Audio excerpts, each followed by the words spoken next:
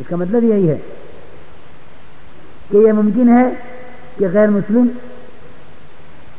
زنا نہ کرے، یہ ممکن ہے کہ غیر مسلم شراب نہ پیے، ممکن ہے غیر مسلم چوری نہ کرے، یہ ممکن ہے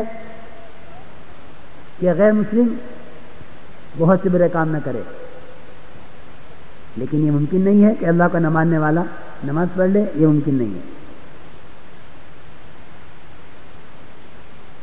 بات کو اچھی طرح غور سے دھیان سے سنو، میں آہستہ آہستہ اس لیے کر رہا کہ تقریر مقصود نہیں ہے، بلکہ تذکیر مقصود ہے اور ترکیز مقصود ہے، یعنی اچھی طرح یاد دلانا مقصود ہے اور اندر اتارنا مقصود ہے۔ تذکیر اور ترکیز یہ بات اندر اترے۔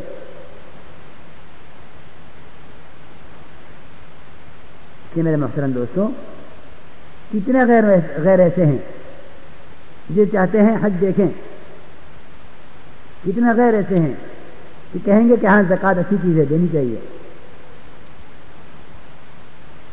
غریبوں کو زکوٰۃ دو، اچھی بات ہے، روزے کی کوئی شکل غیر میں بنی ہوئی ہے، اچھا سمجھتے ہیں، لیکن نماز کے غیر نماز نہیں پڑھے گا۔ مسلمان سے ہر گناہ ممکن ہے، لیکن مسلمان نماز چھوڑ دے یہ ممکن نہیں ہے۔ اس لیے کہ میرے محترم دوستوں، اسلام میں اس شخص کا کوئی حصہ نہیں ہے جس کی زندگی میں نماز نہیں ہے، اس کی زندگی میں نماز نہیں، اس کے اسلام میں کوئی حصہ نہیں۔ یہ چاہے کہ مسجد بنا کر اسلام میں حصہ لے لے، مسجد بنا کر نماز چھوڑ کر اسلام میں ایک ذرے کے برابر حصہ نہیں مل سکتا۔ اگر اسلام میں مسجد بنا کر حصہ مل سکتا تو مشرکین مکہ نے بیت اللہ بنایا ہے۔ کس نے بنایا بیت اللہ؟ ہے بھائی، مشرکین مکہ نے، کہ اللہ کے ساتھ شرک کرنے والے، اللہ کا انکار کرنے والے، انہوں نے بیت اللہ بنایا۔ تو اللہ تعالیٰ نے فرما دیا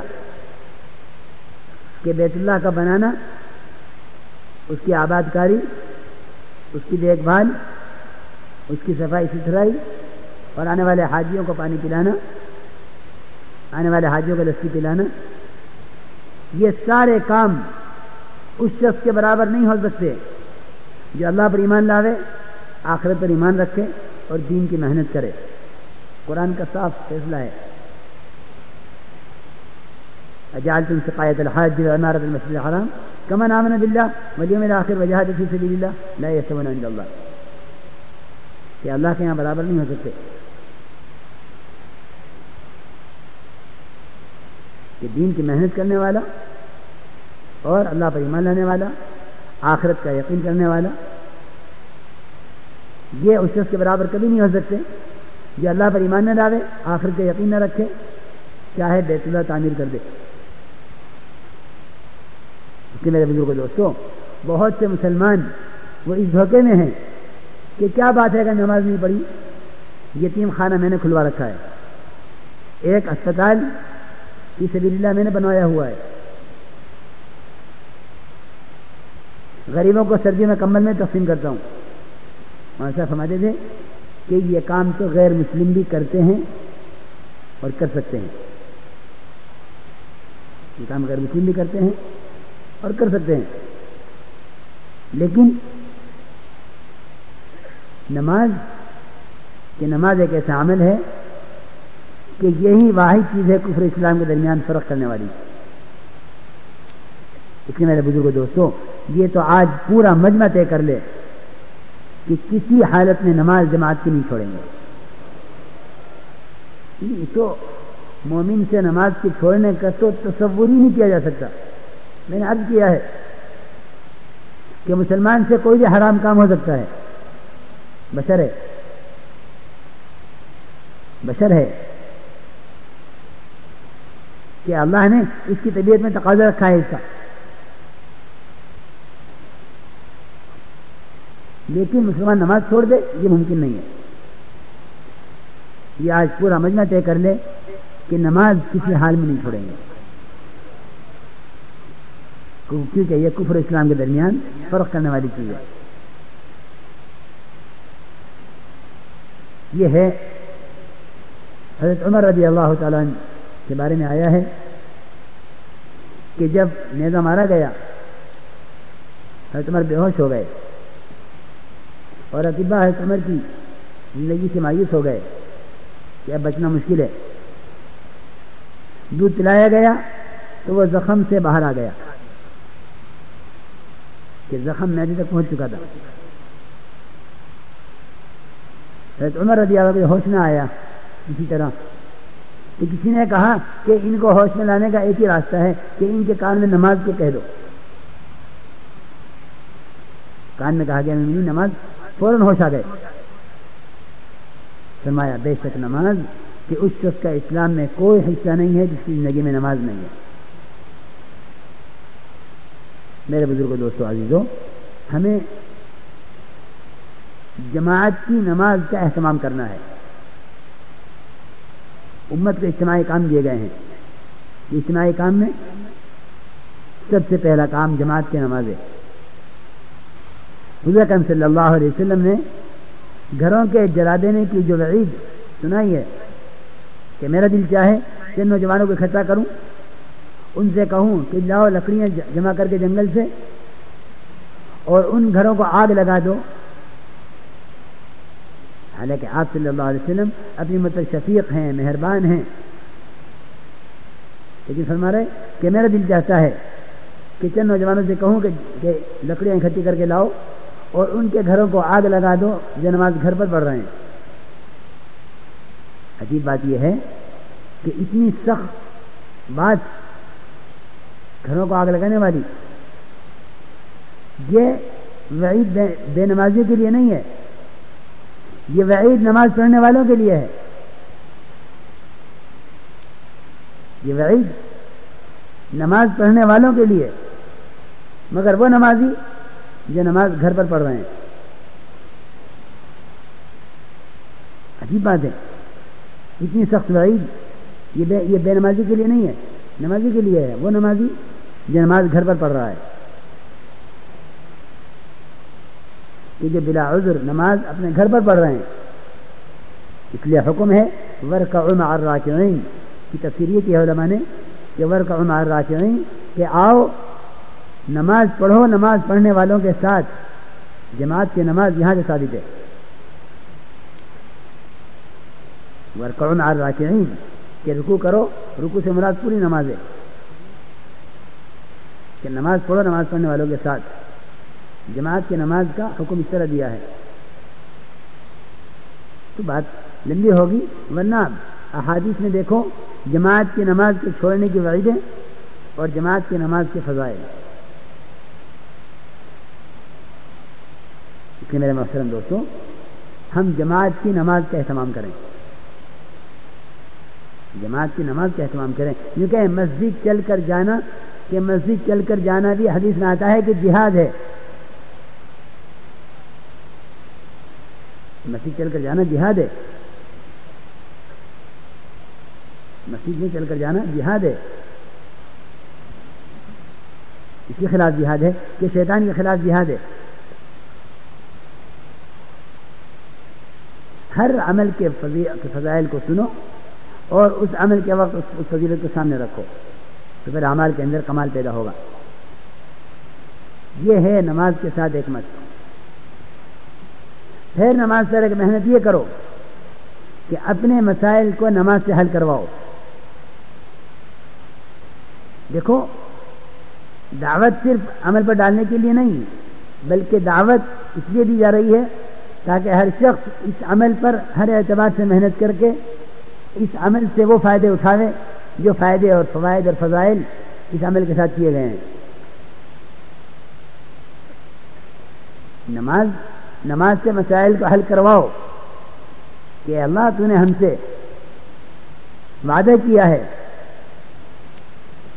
تو نے ہم سے وعدہ کیا ہے اور تیرا دستور ہے کہ تیری عبادت اس سے مدد. ایک مشق نماز پر یہ کرو کہ اپنی حاجتوں کو فرض نمازوں کے لیے مؤخر کرو اور اپنے اعمال کو اسباب پر مقدم کرو. جب کوئی حاجت پیش آوے سب سے پہلے دیکھو اس حاجت کے پورا ہونے کے لیے اللہ نے کیا عمل بتلایا ہے. ہم اس کی تحقیق تو کرتے ہیں کہ اس بیماری کے لیے کون سی دوا بنی ہے دنیا میں, اس مقدمے کے حل کے لیے کون سا وکیل مناسب ہے, اس کاروبار کے لیے کون سی جگہ مناسب ہے, اس فیکٹری کے لیے کہاں کی زمین مناسب ہے, یہ ہوٹل بنانے کے لیے شہر میں کون سا شہر کا کون سا کونا مناسب ہے, کون سا علاقہ مناسب ہے. جتنی بھی ضروریات ہیں ان ساری ضروریات کو اسباب سے جوڑ لیا ہے.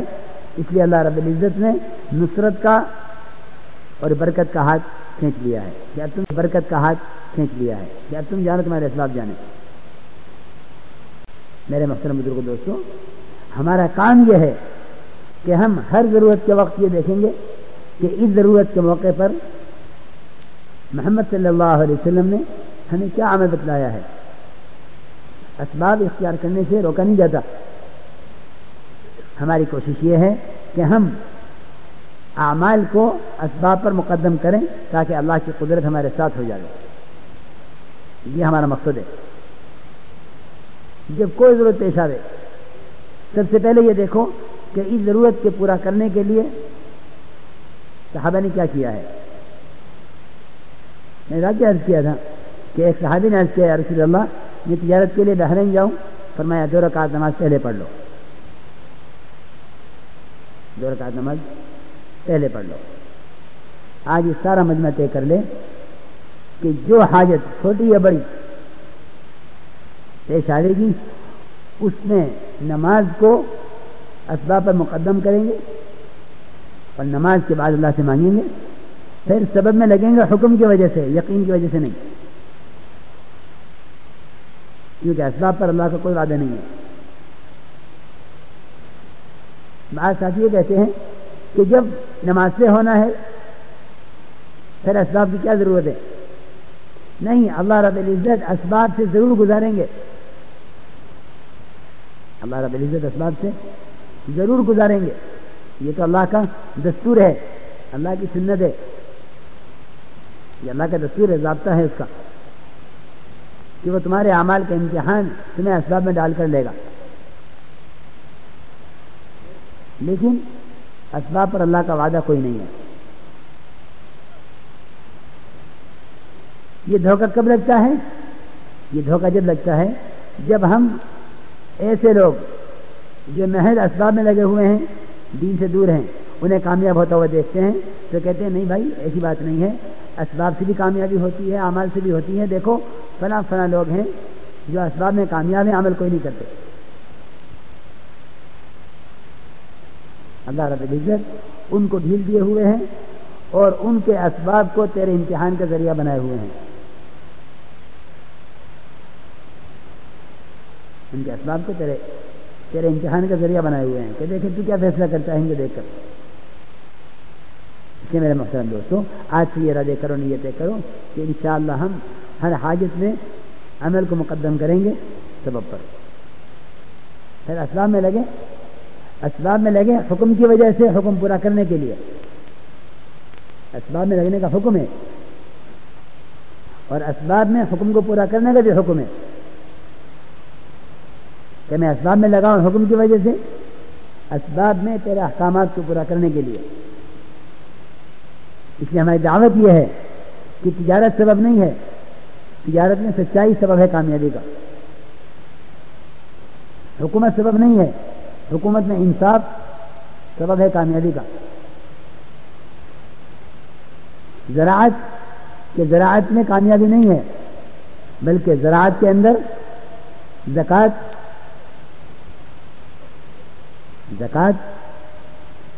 یہ سبب ہے زراعت میں کامیابی کا. جتنے بھی اسباب ہیں ان اسباب میں احکامات گرے ہوئے ہیں، ان احکامات سے کامیابی کا تعلق ہے.